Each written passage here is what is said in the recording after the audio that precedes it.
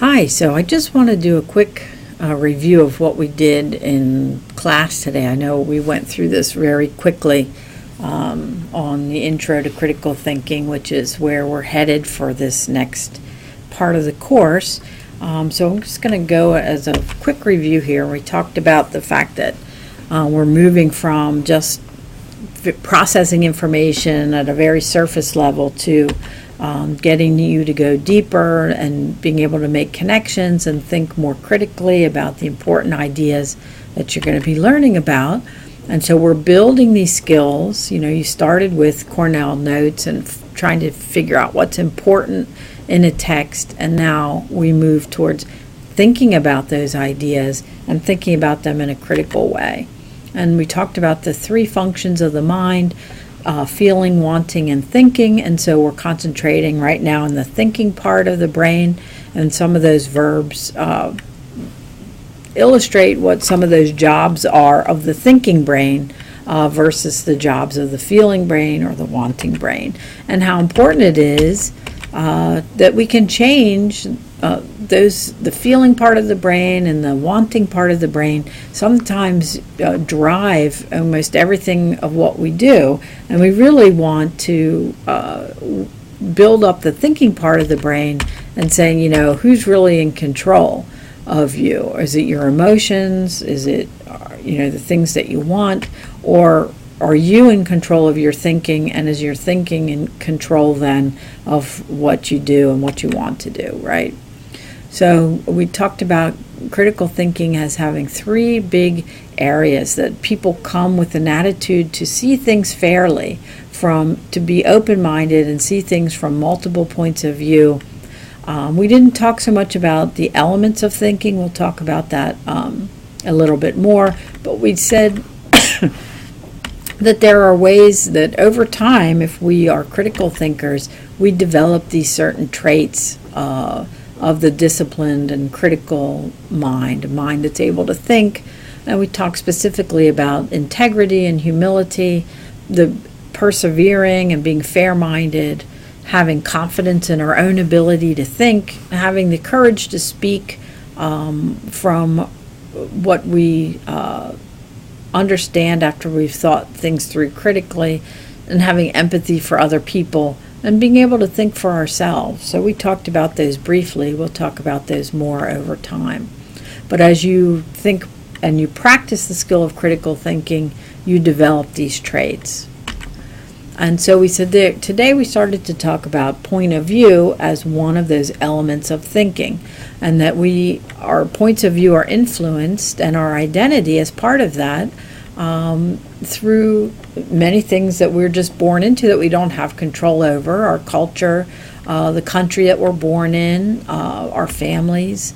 And over time we absorb particular beliefs about what we think about family and relationships and marriage and childhood, everything, success, happiness, politics, right? And these groups that we belong to, our associations with people in our families, our friends, the groups we belong to, encourage and expect us to accept these beliefs. So if you've ever gone out of the belief system of the group that you're part of, you know how difficult that is to do that. But through understanding ourselves, we can become more than just an unthinking product of all of these influences, right? So if you've ever known a friend who's hung around with, used to be a friend and then all of a sudden started to hang around with kids that were kind of into trouble, and you see the changes in your friends over time, and you think, gosh, that's not such a good thing necessarily. How do the people become, if they aren't thinking people, they can become who they hang around with, and that's not always the best thing. So we talked about these 5 egocentric tendencies, the tendencies that all people have because they're not thinking critically of the things that we believe are true. So we can tend to say as humans that the things we believe are true just because we believe them, or just because the group we belong to believes it, or because I want to believe that thing as true, or because I've always believed it, so I've never had to think that maybe it's not true, or because in my self-interest, that it benefits me to believe certain things, right? So it's easier for me to think that ice cream is good for me because I like it, rather than to say, you know what, it's really not the best thing for me to be eating every day. So if we are not critical thinkers, we don't challenge these kinds of belief systems, right? So we want to, as critical thinkers, always say, you know, my thinking could be biased, or my thinking could be wrong, even if I don't challenge these kinds of egocentric tendencies. So it's important for us to do that. And so some of the traits and the things that make someone a critical thinker rather than just somebody who goes along and is impacted by influences but never thinks about them. You know, we said it was important to realize that most problems in life are very complicated and have multiple viewpoints, right? So that it's important for us to stay fair and to understand different points of view and to be open to changing our own minds over time. That maybe what we've believed all along could be modified in some ways, so that we come to our point of view with certain biases and influences, and we looked at, that identity wheel too for some of those other ways that we can be influenced about what we think and feel, and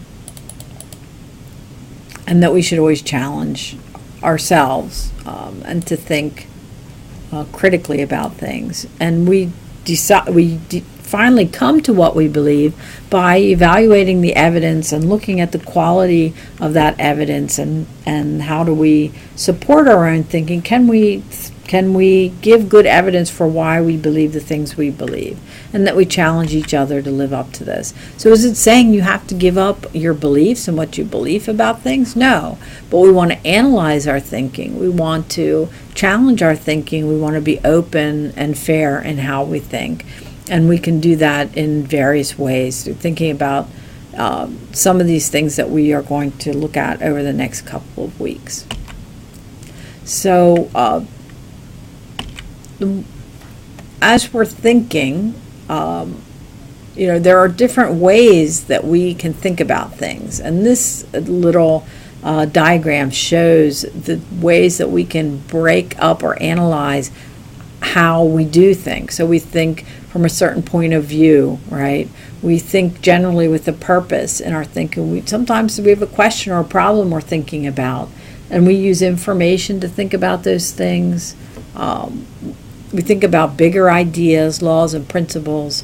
And I don't want to get into this in great detail right now. We'll build this over time. But take a minute to look at this right now. Today we talked about point of view as one of those ways in which our brain operates, that we think about things. Okay? And so we only got to begin the social identity wheel.